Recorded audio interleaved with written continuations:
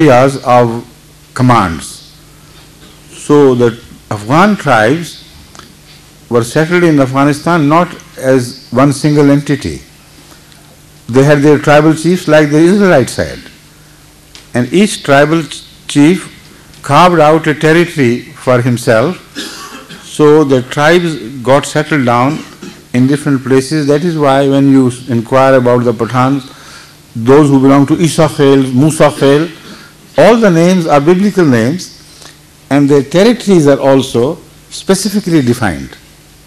These are Isakhelis, they are Musakhelis, they are that Khelis and that Khelis. So this indication of the Bible is proved to be very seriously right.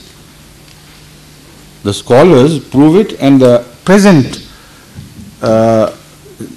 nature of the tribal nomenclature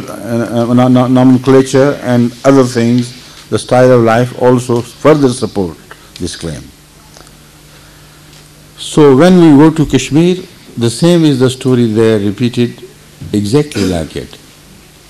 I have read a Christian scholar on the issue of the origin of the Kashmiris, and he says that if anyone goes to the Lake Dal and sees Kashmiri women, the way they are attired, bringing their pitchers, etc., to fill them with water of the lake, if he has read his history of the Israelites, and if he knows how they used to be attired, he cannot make find out one difference between their style of life and dresses and the style of life and dresses of the Jewish women of the olden days. And this is still true. Anyone can go and find out for himself. And why all the names in Kashmir and Afghanistan are derived from the Old Testament? Why does not it happen anywhere else in India or Iran for that matter? These are the two specific areas where the Israelites went and settled. So according to Jesus Christ, as I have quoted, it is to this area that he promised them that he would go. What about the Holy Quran? Does it also leave an indicator? The Holy Quran informs us both about Jesus and his mother, that when in danger, God saved them, God carried them to safety and protected them from their danger. The verse I have in mind is وَآوَيْنَاهُمَا إِلَىٰ رَبْوَةٍ ذَاتِ قَرَارٍ وَمَعِينٍ. We took both Jesus and his mother to a place of safety, which was plateau-like. It was not plain land, which was full of natural fountains and full of an atmosphere of peace. Now, anyone who knows anything about Kashmir knows that it's a land of natural fountains, and until the recent changes, political changes, of course it was considered to be a heaven on earth, a country of peace. So this is the picture created by the Holy Quran, that there you should meet, if at all anywhere, Jesus Christ and his mother. Now another interesting point to further support this view is that when Jesus disappeared after crucifixion, his mother also disappeared, and he is not reported to be left anywhere. You find reference to her in the Christian literature only for a while. She is told to be moving away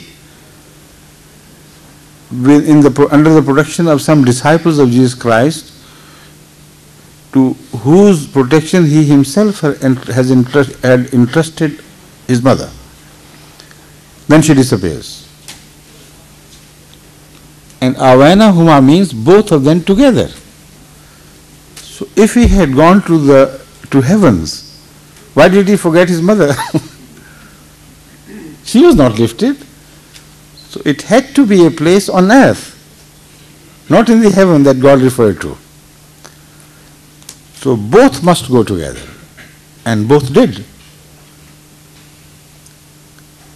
Although there are so many tombs claimed to be those of Mary, but there is no place where you can either prove or at least make a viable claim that both Jesus and Mary are found in the general area. So if the graves of Jesus and Mary are found to be in a certain area, then of course we could have a genuine interest in finding out further about them. Because according to the Quran, it was not possible that Mary should go and get married in Japan, and Jesus Christ should go and get buried in Kashmir. So that is why we investigate only on certain graves of so-called graves of Mary, which are en route to Kashmir and not elsewhere. And there we find a grave in Murray, and the name Murray also is indicative of Mary, reminiscent of Mary. There is a grave called to be that of Holy Mary, and nobody knows why she is called holy, why this grave is given such a grave importance, and why the whole area is called after her name. So because it is in the direct route to Kashmir, so it is possible that Jesus Christ might have taken this route and entered Kashmir through the mountain ranges of Murray, and his mother may have died on the way, and he reached Kashmir alone by himself. So there are so many possibilities which are still called possibilities and not proofs, because for proof you require some more evidence, which indicate that the claim that Jesus Christ might have been buried in Srinagar is not a bizarre claim. There are many indications which must be taken seriously, and further research is being carried out by the Ahmadiyya to find archaeological evidence. So far, the argument produced by Ahmadiyya is not archaeological, but it is based on history, reports, traditions, and other things. But now I have appointed a team of scholars led by a particular person from America who is gifted in these things to discover archaeological evidence. From Afghanistan, he has been able to discover some definite archaeological evidence of the tribes of Israel having settled there, and there also is other evidence indicating that the Messiah had gone through that area. But in Kashmir, because the conditions are not very favorable at present, unfortunately, we have started the investigation, and I hope inshallah in due course we will bring out that evidence. So this is the reason why we are doing it. It's not just a fairy tale we are weaving.